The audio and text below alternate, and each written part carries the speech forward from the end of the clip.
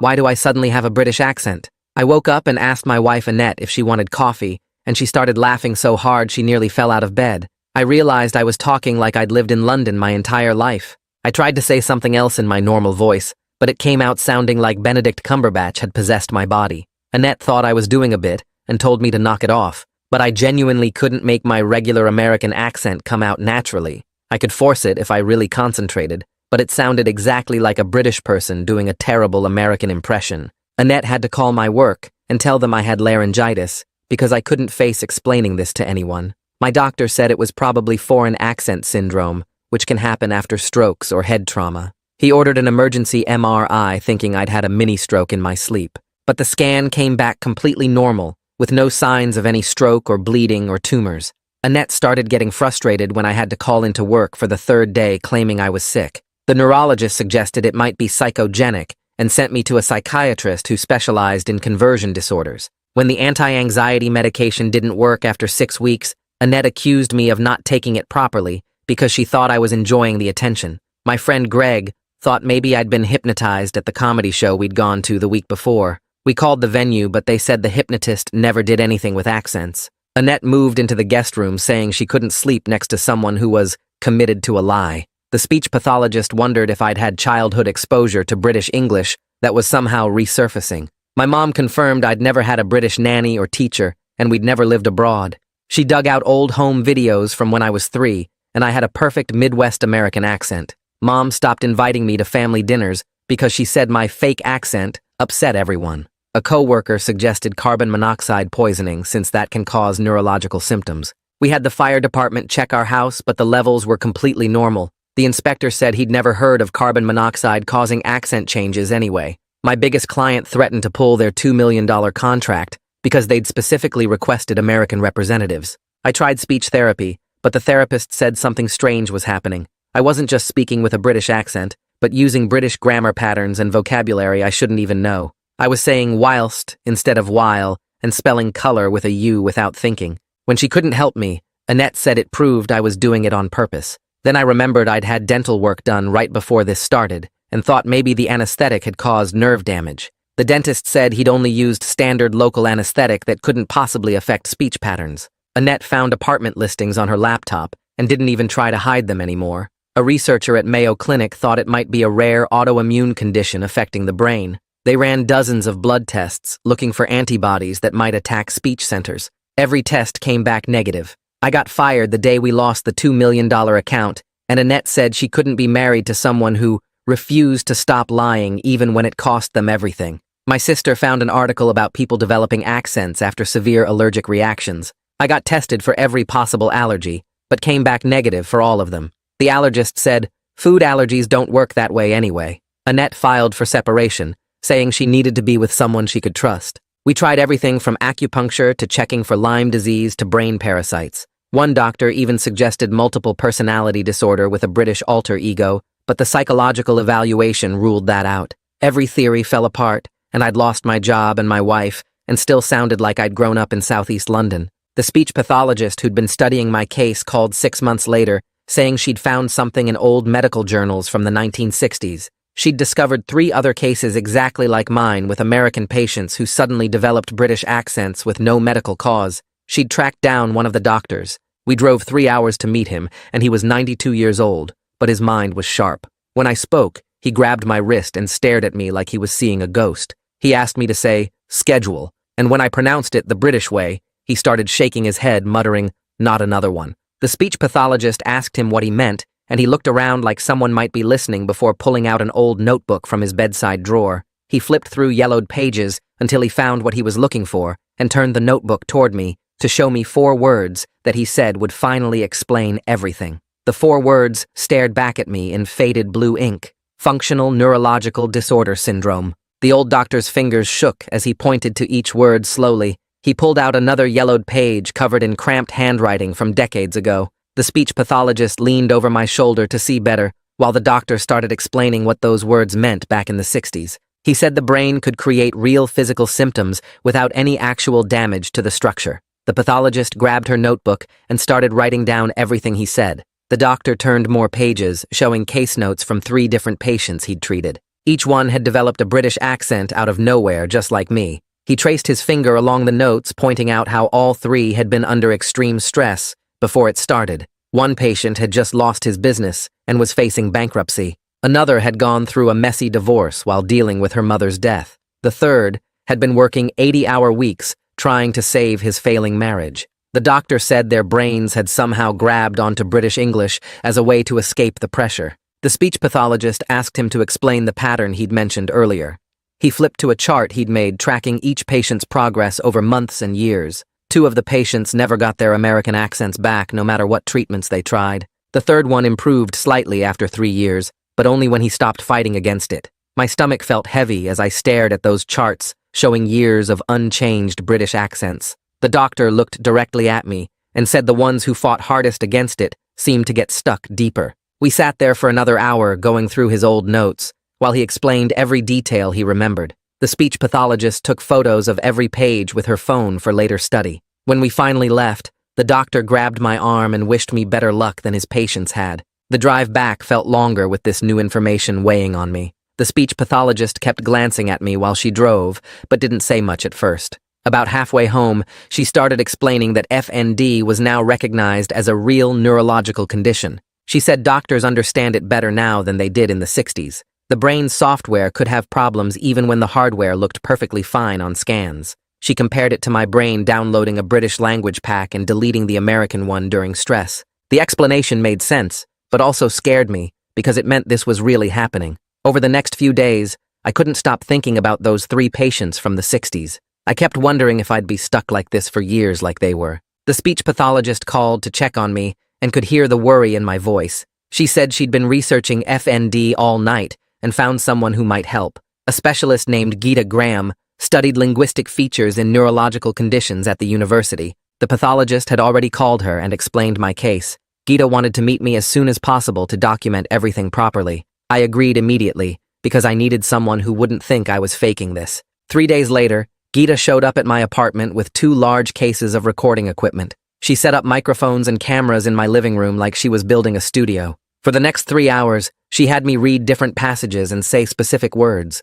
She recorded me saying the same sentences over and over from different angles. She made notes about how I dropped R sounds at the end of words. She measured the exact shape my mouth made when I said different vowels. She timed the rhythm of my speech down to fractions of seconds. She had me say neighborhood names from London I'd never heard of before. When I pronounced them perfectly, she got excited and made more notes. She confirmed my accent was specifically from Southeast London, not just generic British. She could even narrow it down to particular neighborhoods based on certain sounds I made. The scientific approach made me feel less crazy than I had in months. Someone was finally treating this like a real medical condition instead of accusing me of lying. After all the recording, Gita sat down to explain what she'd found. She said my brain wasn't just mimicking British sounds, but had somehow absorbed entire language patterns. The grammar structures and vocabulary choices matched native Southeast London speakers perfectly. She asked if I'd had any exposure to British English before this started. We spent the next 2 days going through my entire life looking for connections.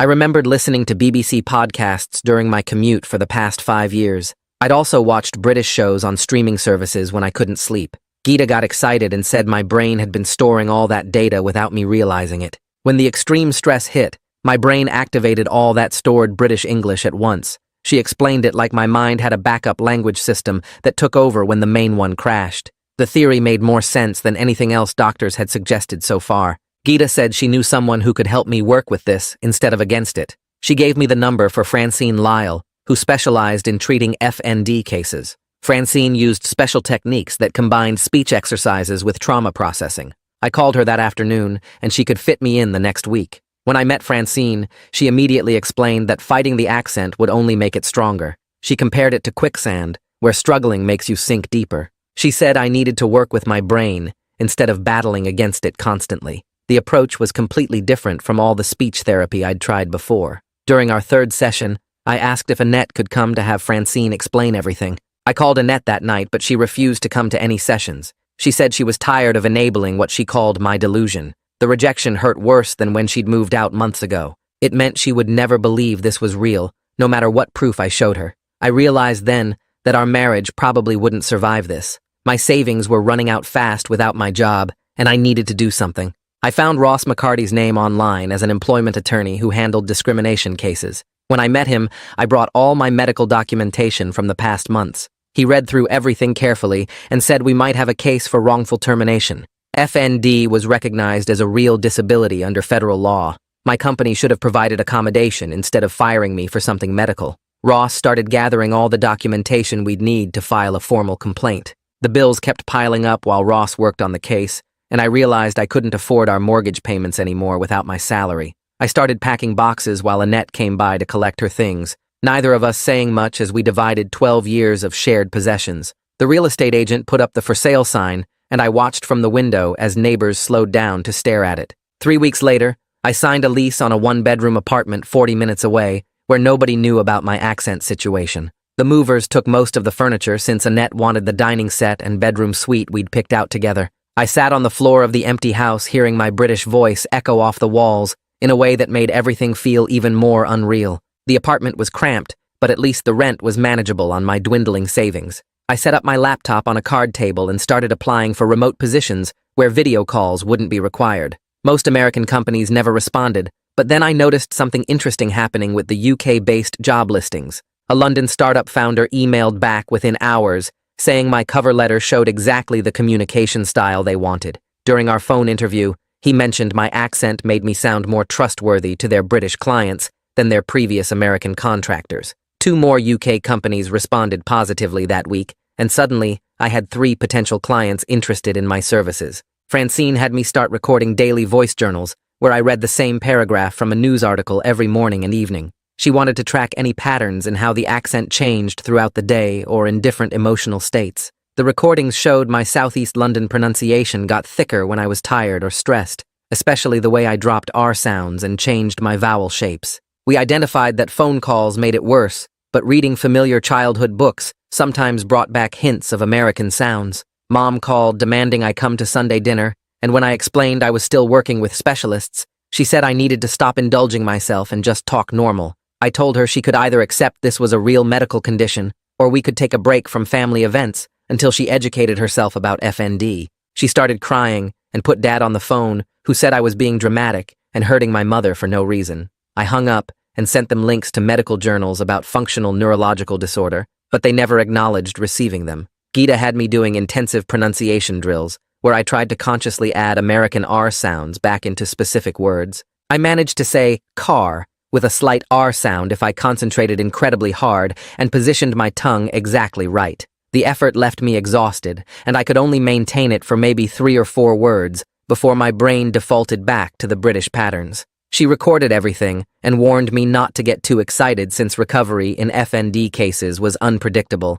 and forcing changes too hard could actually make things worse. Requested Reds is on Spotify now. Check out link in the description or comments. Ross sent a formal complaint to my former employer with documentation from 5 different specialists confirming my FND diagnosis and explaining how the condition qualified for workplace accommodation under disability laws. Their legal team responded 2 weeks later with a settlement offer of $8,000, which Ross called insulting, considering I'd lost a 6-figure salary. He gathered evidence of other FND cases that had received proper accommodation and prepared a counter-proposal showing the company's legal exposure if we pursued litigation. I spent hours searching online until I found a support group specifically for people with FND and foreign accent syndrome. Reading through the posts, I discovered dozens of people dealing with similar situations, including a teacher who'd had a German accent for 12 years after a car accident. They shared stories about lost jobs and ruined relationships, but also practical advice about finding understanding doctors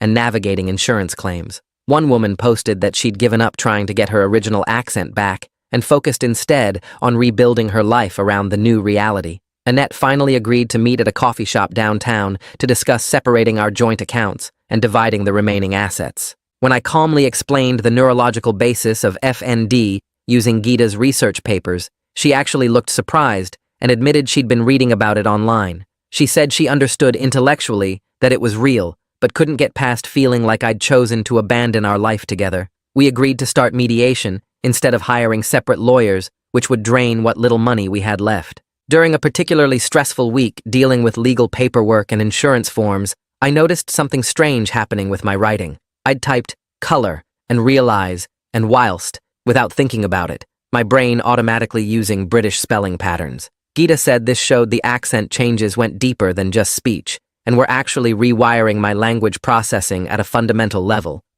She documented everything for her research, while I stared at my computer screen, wondering if I'd eventually forget how to write in American English completely. The 92-year-old doctor from the 1960s cases called Ross directly after I signed a release allowing him to share my medical information. He agreed to write a detailed letter for my disability claim, including his case notes from the 3 similar patients he'd treated decades ago, showing the same pattern of stress-induced onset and long-term persistence of the accent changes. Ross said this historical documentation could be the key evidence we needed since it proved this wasn't some new condition I'd made up, but something with documented medical precedent going back 60 years. I spent the next week setting up my phone on a tripod in my living room and recorded myself talking about FND for 23 minutes straight. I explained how the brain can create real physical symptoms without any damage showing up on scans, and how stress can trigger the nervous system to basically rewire itself in weird ways. I showed them printouts from medical journals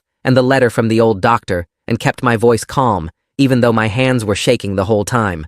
I uploaded it to YouTube as unlisted and sent the link to Mom and Dad and my sister and all the cousins who'd been whispering about me faking it for attention. My sister called me 3 hours later and I could hear her crying before she even said anything. She kept saying she was sorry and that she didn't know conditions like this could be real without brain damage showing up on tests. Mom watched it, but didn't call for 2 days. And when she finally did, she just said, maybe we could try Sunday dinner again, but I'd have to understand if people still had questions. 3 months had passed since I'd started seeing Francine, and we were doing these exercises where she'd have me read nursery rhymes and childhood songs to try accessing old muscle memory patterns. One session I was reading Mary Had a Little Lamb, and suddenly the word little came out with an American accent for just a second before snapping back to British. Francine grabbed my arm and made me repeat it 40 times until I could sometimes get that American sound on purpose, but only with that specific word in that specific phrase. We tried other childhood songs, and I managed to get American sounds on Twinkle Twinkle and parts of Happy Birthday, but it was exhausting and gave me headaches trying to force my brain to access those old pathways. Ross called that same week saying my old company had increased their settlement offer to $32,000 after he'd sent them documentation of 3 other FND cases where employees got full accommodation and kept their jobs. It wasn't close to what I'd lost with my 6-figure salary, but it would keep me from losing my apartment and give me time to build up freelance work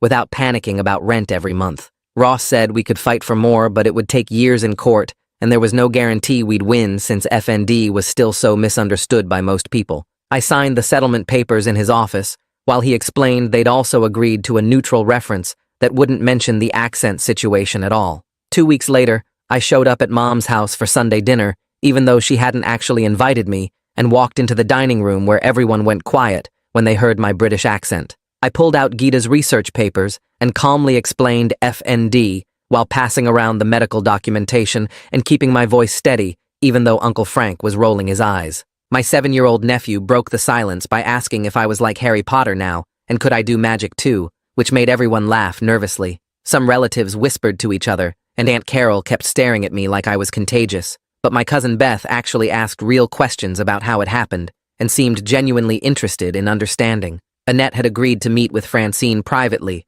to learn about FND, and when she came out after 90 minutes, her face was pale, and she looked like she'd been crying. She found me in the waiting room and sat down without looking at me, and said she finally believed it was real, but that didn't change anything about us. She said watching someone's entire personality shift overnight, even from a medical condition, was too much, and she couldn't stay married to someone who felt like a stranger, even if it wasn't my fault. I told her I understood, and we both sat there crying in that beige waiting room, while other patients pretended not to notice. The UK startup I'd been doing trial work for sent me an email offering a permanent remote position with benefits after my 3-month trial ended. They said on our next video call that I was their secret weapon for British clients who trusted me immediately because of my accent, and one guy joked that I sounded more British than half their London office. The salary was less than my old job, but having steady income again with health insurance felt like getting a huge piece of my life back. Gita had been studying my writing patterns and discovered I was unconsciously switching between American and British grammar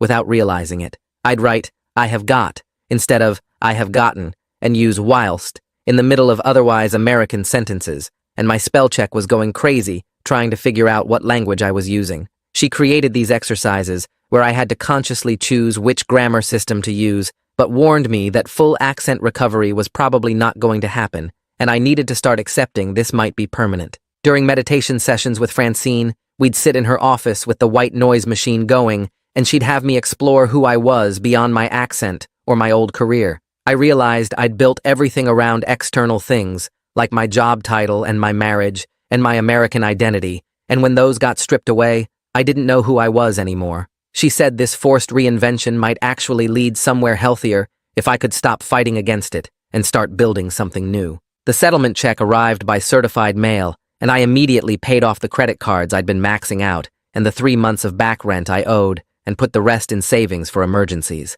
Ross had managed to get the neutral reference agreement in writing, so future employers would just hear I'd left for medical reasons without any details about the accent dispute that had caused everything. 6 months had passed since the diagnosis, and I'd stopped desperately trying every possible cure or treatment to fix my accent. Francine said this acceptance was actually the first step toward any improvement, because the constant pressure to get better was creating more stress, which was making the FND worse in this vicious cycle I couldn't break out of. Mom called me 3 weeks later while I was making breakfast in my tiny kitchen. She said she'd been watching documentaries about FND and reading medical journals online. She told me she finally understood it was a real condition and apologized for not believing me. She asked if I'd come to Sunday dinner, but said we needed to set some ground rules first. I told her I'd come if nobody made comments about my accent being fake or asked me to try talking normal. She agreed and said she'd already warned everyone to treat me with respect or leave. That Sunday felt weird, sitting at the familiar dining table with my British accent filling the room.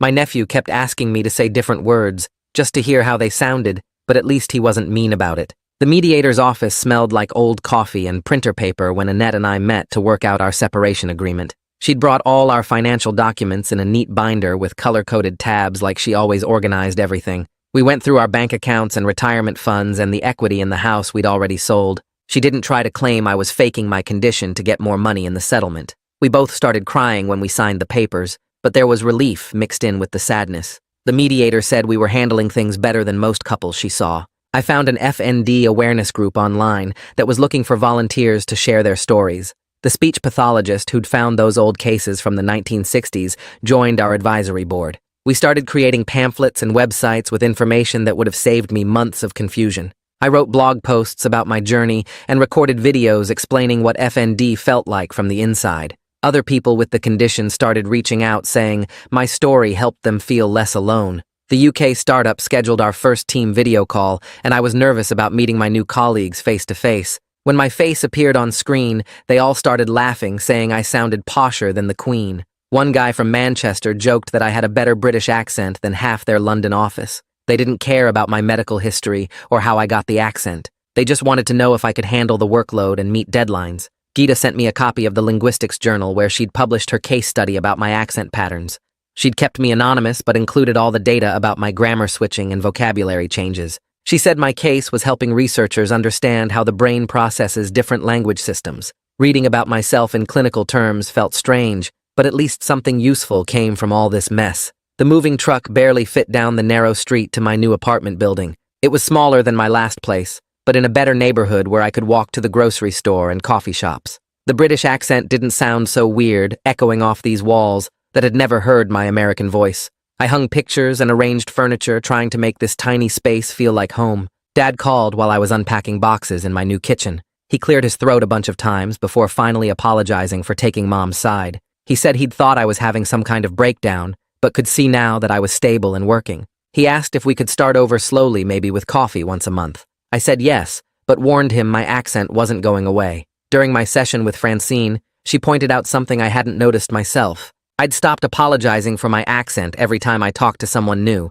She said the shame was lifting even if the accent stayed the same. She called it integration instead of recovery, which meant accepting this as part of who I was now. My sister texted asking if I wanted to meet her friend who had chronic fatigue syndrome. She thought we might have stuff in common since we both had invisible illnesses people didn't believe. We met at a quiet coffee shop and immediately bonded over doctors not taking us seriously. She told me about years of being called lazy or depressed when she was actually sick. We exchanged numbers and started texting about the weird things people said to us. Having someone who understood medical gaslighting without needing explanations felt amazing. The divorce papers came by certified mail 6 months after we'd signed the separation agreement. The waiting period was over, and our marriage was officially done. Annette had included a handwritten note on her personal stationery. She said she was sorry for not believing me sooner and hoped I'd find happiness. She wrote that she'd been seeing a therapist who helped her understand why she'd reacted with so much anger. I wrote back wishing her well and meaning it. The accent that had destroyed my old life was slowly becoming just another part of my new one.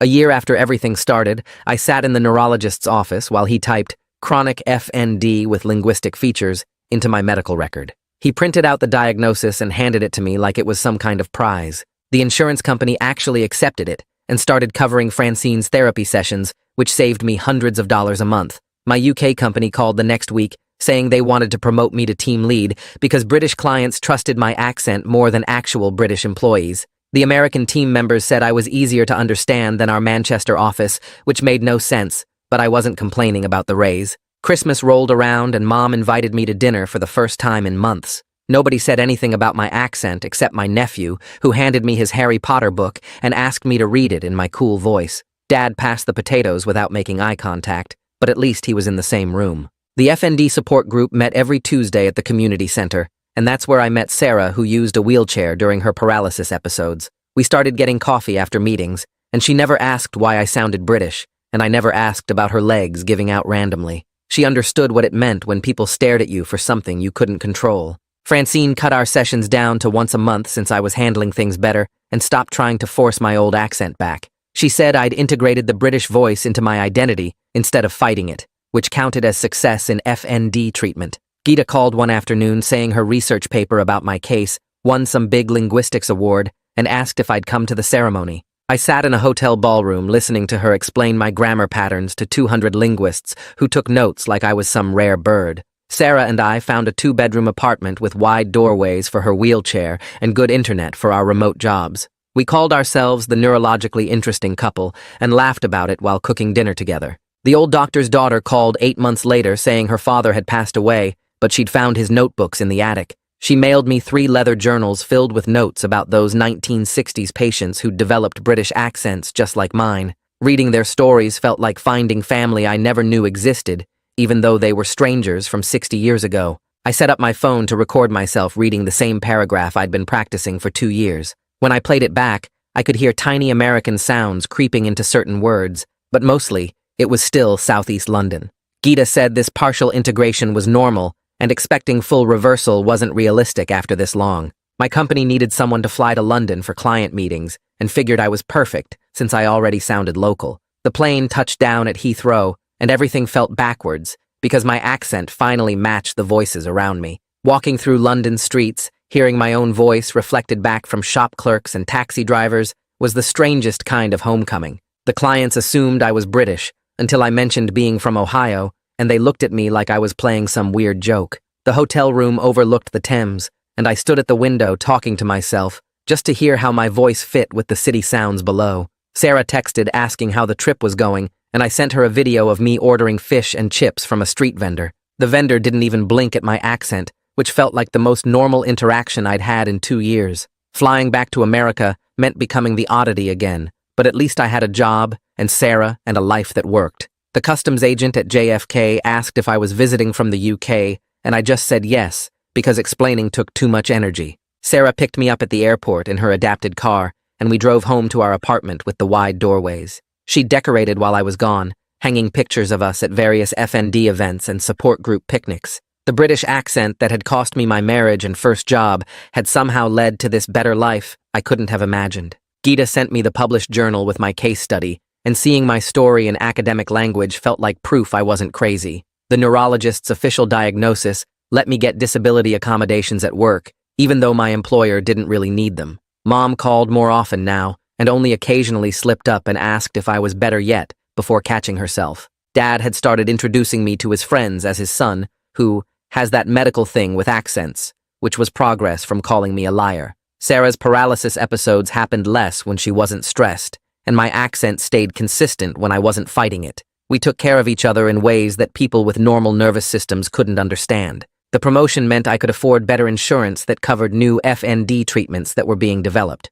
Researchers kept contacting Gita asking to study my case, and she forwarded their requests for me to consider. One researcher from Johns Hopkins wanted to fly me out for a week of brain scans, but I turned him down because I had too much work to catch up on. Mom called that weekend asking if I could explain FND one more time because her book club kept asking about my British thing, and she wanted to get it right. I sent her the video I'd made explaining the medical stuff, and she watched it 3 times before calling back to say she finally understood it wasn't fake or mental illness. She started forwarding articles about FND to the whole family and correcting anyone who said I was faking or that it was all in my head. Having her defend me at family gatherings instead of apologizing for me changed everything between us. I decided to write about my experience for Medium since so many people in the support group said there weren't enough first-person FND stories online. The article took me 2 weeks to write because I kept second-guessing every word, but Gita helped me edit it down to just the facts. Within 3 days, it had 20,000 views,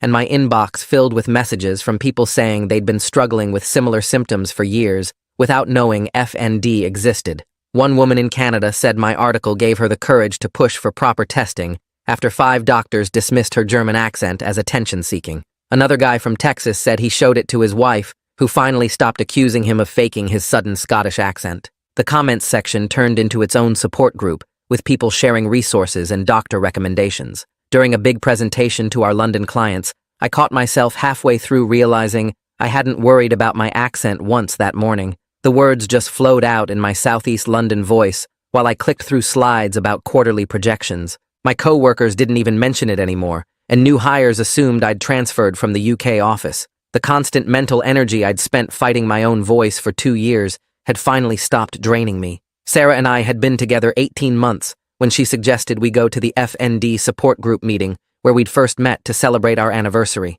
Everyone there remembered us from those early days when we were both struggling to accept our conditions. Halfway through the meeting, Sarah stood up and announced we had something to share, then dropped to one knee right there in the community center. She pulled out a ring and said, "Marrying me would be the smartest thing her messed-up nervous system ever did." The whole room erupted in cheers, and someone's service dog started barking, and the woman with seizures started happy crying. People in wheelchairs and with walking sticks and tremors and tics all celebrated with us because they understood that love doesn't require perfect bodies. 3 years had passed since that morning when Annette laughed at my coffee question, and my whole life fell apart. Now I had a steady remote job that paid better than my old one, and a fiancé who understood chronic illness from the inside. My apartment with Sarah had grab bars in the bathroom and a wheelchair ramp we'd installed ourselves, and neither of us felt weird about the accommodations. The accent that destroyed my first marriage had led me to this better life I couldn't have imagined. The speech pathologist who'd driven me to meet that old doctor called to check in every few months, and we'd become actual friends. She said my case had changed how she approached FND research, and she'd published 3 papers using my data. We met for tea whenever she was in town, and she always laughed when I ordered Earl Grey because of course I did now. She brought her new research assistant once who stared at me like I was some kind of medical celebrity, which felt weird, but also validating. Our wedding happened at the same community center where we'd met, because Sarah wanted our FND family there. I stood at the makeshift altar in my rented suit, listening to my own voice echo off the walls as I promised to love Sarah through flare-ups and remissions. My parents sat in the front row, finally accepting this was my life now, and Dad even smiled when I pronounced schedule the British way during my vows. Sarah's sister officiated from her wheelchair and managed not to cry until the rings part. My work friends mixed with support group members, and everyone danced badly to terrible music, and it was perfect. Looking back at everything from where I am now, I can see how those 4 words in that old notebook saved me by giving me permission to stop fighting myself. Functional neurological disorder syndrome explained why my brain had latched onto British English during the stress of almost losing that huge contract. The American me who worried about client impressions and perfect presentations is gone, but the person who emerged speaks with hard-won wisdom about adaptation. My Southeast London accent isn't a symptom anymore, but just my voice telling my story. Well, that was definitely a journey to share with you all. Kinda makes you look at things a little differently, right? Thanks for sticking around with me. Like the video, it helps more than you think.